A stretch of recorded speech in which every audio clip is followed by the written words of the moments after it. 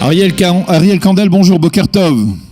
Boker Tov, Mbora. Alors, nous sommes en ligne avec vous à partir de la Pologne. Nous vous appelons à Cracovie, très exactement, où vous vous trouvez dans le cadre d'un voyage, d'un séminaire de formation de guides, si je ne m'abuse, dans les camps de la mort en Pologne, avec plusieurs personnes avec vous, des experts, on va dire même, comme Shlomo Balzan, de l'histoire de la Pologne. Vous êtes vous-même, on peut le dire, un historien de la Pologne. Vous connaissez bien cette histoire et vous êtes vous-même guide expérimenté sur ce qui se passe, ce qui s'est passé pendant la Seconde Guerre mondiale et même avant dans l'histoire très lourde de la Pologne. Alors aujourd'hui, bien entendu, en dialoguant avec vous à partir de Jérusalem et à Cracovie, il est tout à fait naturel de parler avec vous de cette tension qui ne cesse de grimper dans les relations entre Israël et la Pologne. On l'a vu cette semaine avec quasiment chaque jour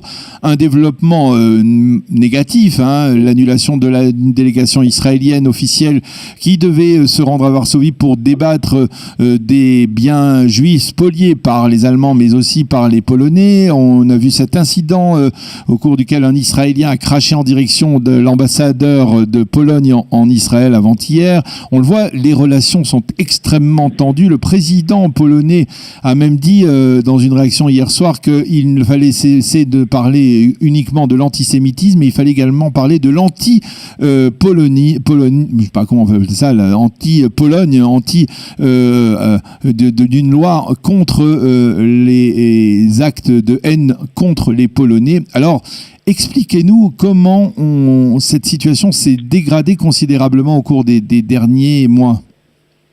Au cours des derniers mois, c'est un peu difficile à dire pourquoi, justement au cours des derniers mois, mais ce qui est sûr, c'est que il faut que les auditeurs comprennent que depuis déjà de nombreuses années, il y a énormément, on va dire, de passages, on va dire d'abord de juifs du monde entier qui viennent ici en Pologne. Ça a commencé, on va dire, en masse en 1988 avec le début de la Marche des Vivants. Mais c'est vrai que ces dernières années, il y a énormément de délégations du monde entier, que ce soit des juifs de tous les pays de diaspora ou forcément des Israéliens qui viennent ici en Pologne. Et lorsqu'on est ici en Pologne avec les différents groupes, il est impossible de ne pas voir la présence de juifs du monde entier dans les rues de Varsovie, dans les rues de Cracovie, dans les camps de la mort. Et donc à partir de là, forcément, lorsque les Polonais voient ça au jour le jour, a priori, ça pourrait les inquiéter.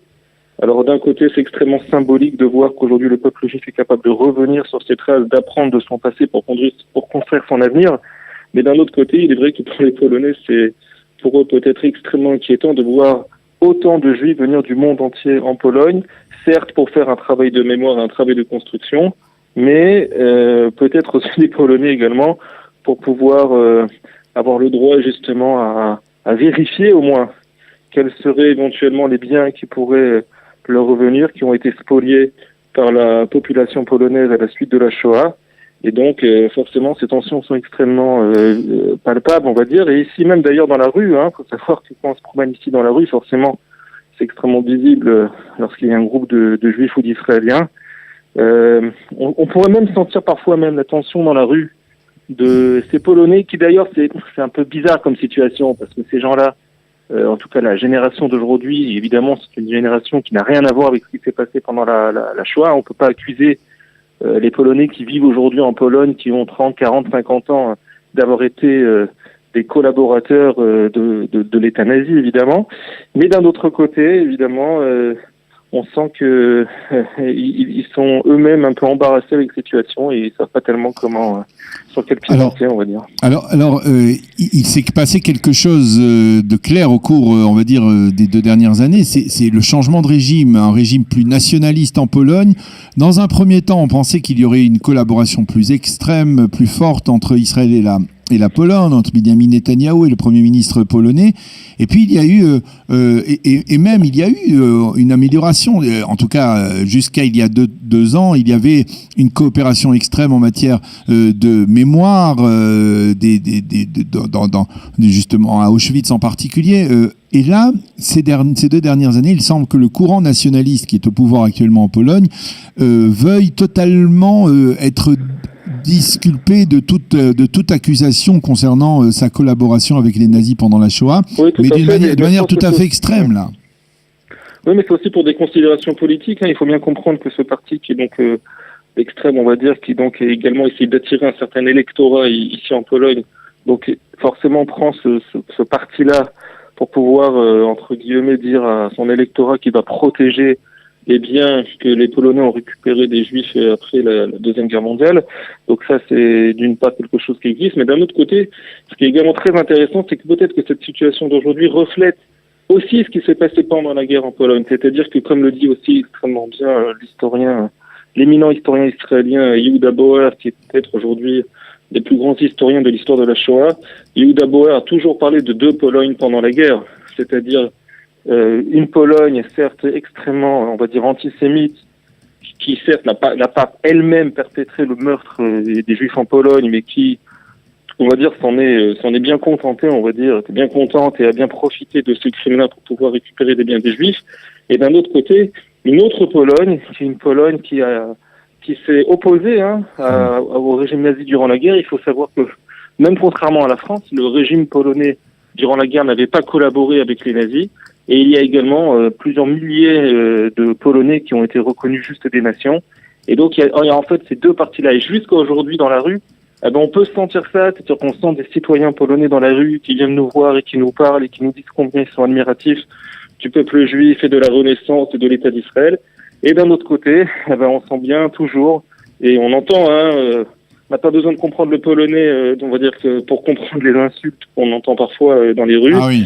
On a toujours également ce sentiment antisémite qui existe, et ça va jusqu'à, et ça c'est incroyable, quand vous allez sur la place du marché à Cracovie, donc peut-être l'endroit le plus touristique de Cracovie, vous avez ce genre un petit marché de Noël comme ça, comme on les connaît en France. Oui. Et là, dans ces petits bâtiments, ces vendeurs vendent des petites statuettes qui représentent des Juifs avec des nez crochus et des bourses d'argent dans la main. Et quand on leur demande pourquoi ils vendent ça, ils savent pas tellement quoi dire eux-mêmes. C'est-à-dire que même ce symbole-là encore de l'antisémitisme, on va dire antique, existe encore jusqu'au marché de Noël de Cracovie, jusqu'au tourisme de tous les jours.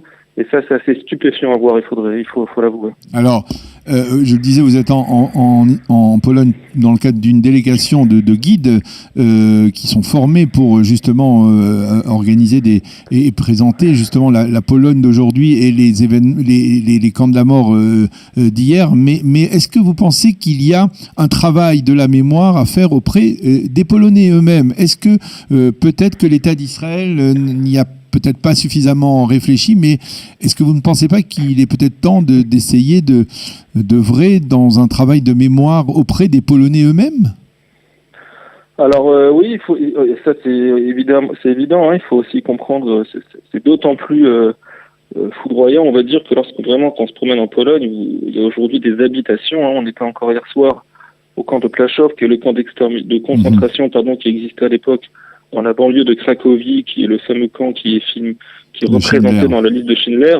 Et là, vous voyez vraiment les gens qui habitent sur le camp presque et qui se promènent dans le camp. C'est également le cas à Majdanek, donc des gens qui habitent sur le camp véritablement. On saura cet après-midi à Birkenau et là pareil, les gens, il y a des gens qui habitent vraiment sur le camp. Donc d'un côté, les Polonais vivent avec ça comme ils peuvent, on pourrait dire. Puis d'un autre côté, c'est vrai qu'il y a aussi un travail de mémoire qui est fait. Les musées en Pologne, il y a des nouveaux musées qui ont été créés. L'usine de Schindler s'est transformée en musée historique de la Shoah. Il y a un nouveau musée historique de la Shoah également à Varsovie, qui est un très très grand musée. Il y a également des collaborations entre Yad Vashem et les Polonais sur ce genre de choses. Les musées d'État, on va dire, polonais sont extrêmement visités. On sera peut-être ce matin à Auschwitz I avec le groupe et on s'attend encore à voir là-bas des milliers de touristes, on va dire ça comme ça. Donc le travail existe, mais après, forcément, c'est toujours compliqué, on va dire, autant en Israël, il y a pratiquement pas un jour où la société israélienne n'est pas confrontée au souvenir de la Shoah, plus d'ailleurs par rapport à la reconstruction de l'État d'Israël, autant en Pologne, ça fait partie effectivement de la vie de tous les jours, mais les gens, et c'est un peu humain aussi, il faut l'avouer, aimeraient bien passer à autre chose. Encore une fois, la nouvelle génération n'est pas forcément coupable de ce qui s'est passé. Mais la polémique de ces derniers jours et de ces dernières semaines est d'autant plus virulente que certes, s'ils n'ont pas fait le crime, ils savent quand même pour beaucoup d'entre eux qui vivent aujourd'hui sur des ressources financières, on va dire, sur de l'immobilier surtout, qui appartenait à l'époque à des juifs. Oui. Et ça, il est vrai que si un jour quelqu'un ouvre ce dossier de façon sérieuse, alors ça fera énormément de remous, puisque je rappelle quand même à nos auditeurs... On parle de milliards de dollars qui ont été... Ah bah oui, on parle de milliards de dollars, vu qu'à l'époque vivaient en Pologne 3 millions et demi de juifs, 3 millions et demi qui vivaient en Pologne, dont plus de 3 millions qui ont été assassinés. Donc à la fin de la guerre, on se retrouve avec à peu près 400 000 juifs qui sont survivants de la Shoah polonais.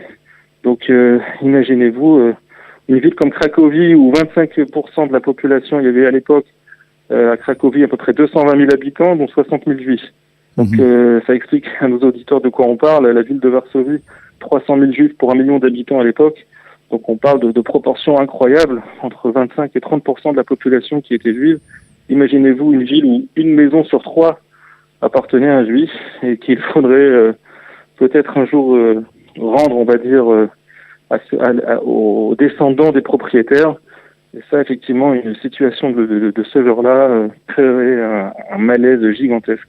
Vous pensez que le gouvernement israélien doit se montrer plus ferme envers le gouvernement polonais actuel par rapport justement à ces manifestations, on va dire ces diverses expressions de résurgence de l'antisémitisme dans ce pays, qu'il doit, même quitte à réduire ses relations économiques, commerciales avec la Pologne, il doit mettre en priorité la nécessité de juguler ce phénomène de l'antisémitisme polonais? Bah oui, d'un côté, oui, évidemment, c'est le rôle de l'État d'Israël, le rôle de la centralité du combat contre l'antisémitisme, c'est le rôle de l'État d'Israël d'être le policier, on va dire, dans ce domaine-là à travers le monde. Il faut que l'État d'Israël frappe fort et mette des signes forts pour pouvoir dire clairement ce qu'il en est. D'un autre côté, il faut aussi savoir que ce qui se passe aujourd'hui en Pologne, alors évidemment, il y a tout ce qui est lié au tourisme, on va dire d'ailleurs dans les deux sens, parce que beaucoup de Polonais viennent également en Israël pour pèleriner en Israël. Mais d'un autre côté, il faut aussi savoir que la Pologne a été un pays qui a donc été évidemment d'abord ravagé par la guerre en 1939-1945. Ensuite, le communisme s'y est installé pendant de nombreuses années. Et une grande partie de la reconstruction actuelle de la Pologne est faite par des entrepreneurs israéliens, ce qui est aussi d'ailleurs stupéfiant à voir, c'est-à-dire des projets immobiliers, des centres commerciaux gigantesques qui sont menés par des entrepreneurs israéliens. Donc ce côté business, on va dire, existera toujours, et c'est un peu, on va dire, un clin d'œil à l'histoire de voir que ce sont des Israéliens qui reconstruisent la Pologne.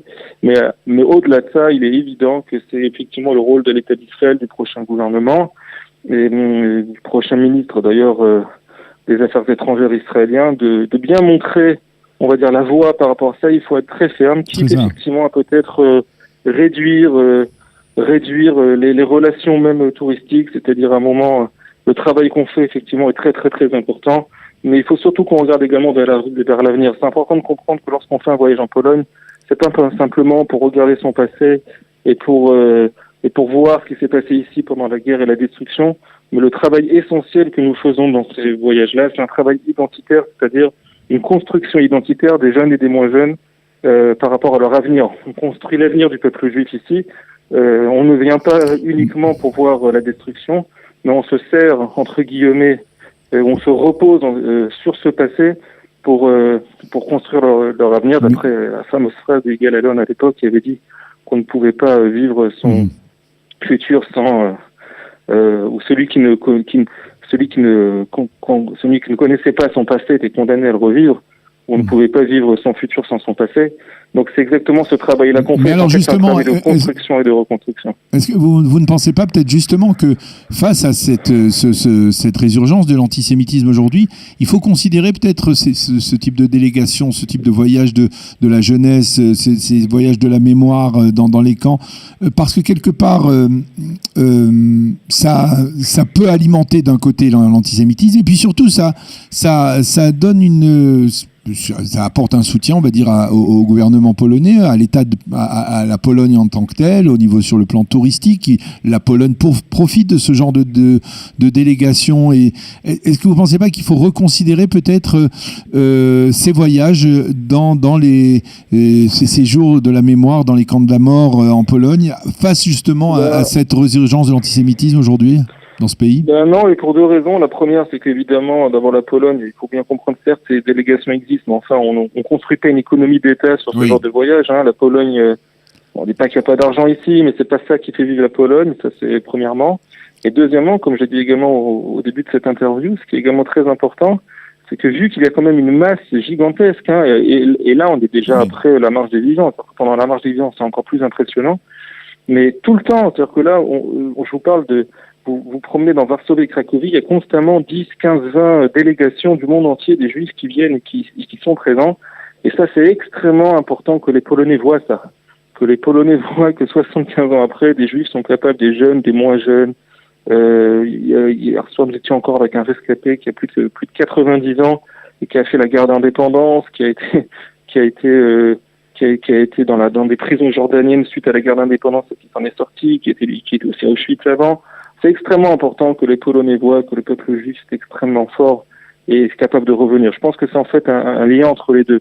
Pour pouvoir pour pouvoir lutter contre cet antisémitisme, premièrement, il faut évidemment que l'État d'Israël fasse des actes forts. Et deuxièmement, le fait de venir est extrêmement important parce que la population, on va dire moyenne, hein, le Polonais moyen, qui est pas forcément en train d'écouter la radio ou la télévision tous les jours concernant les relations avec Israël, le fait qu'il voit dans ces rues, de ces villages, de ces villes, de ces grandes villes, des Juifs qui viennent et qui justement construisent leur identité en apprenant leur passé, ça c'est quelque chose d'extrêmement fort. Et je peux vous dire que lorsqu'on marche ici avec le drapeau d'Israël et une kippa sur la tête, on se sent extrêmement fier d'appartenir à ce peuple.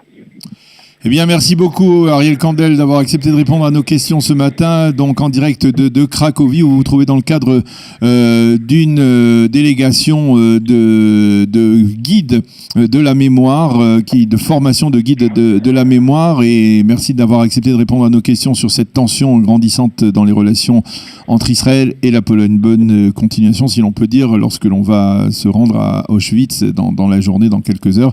En tout cas, bonne visite. Et que cette visite soit profitable à tout le monde. Merci beaucoup Ariel Kandel d'avoir été avec nous ce matin et shalom. Merci Daniel.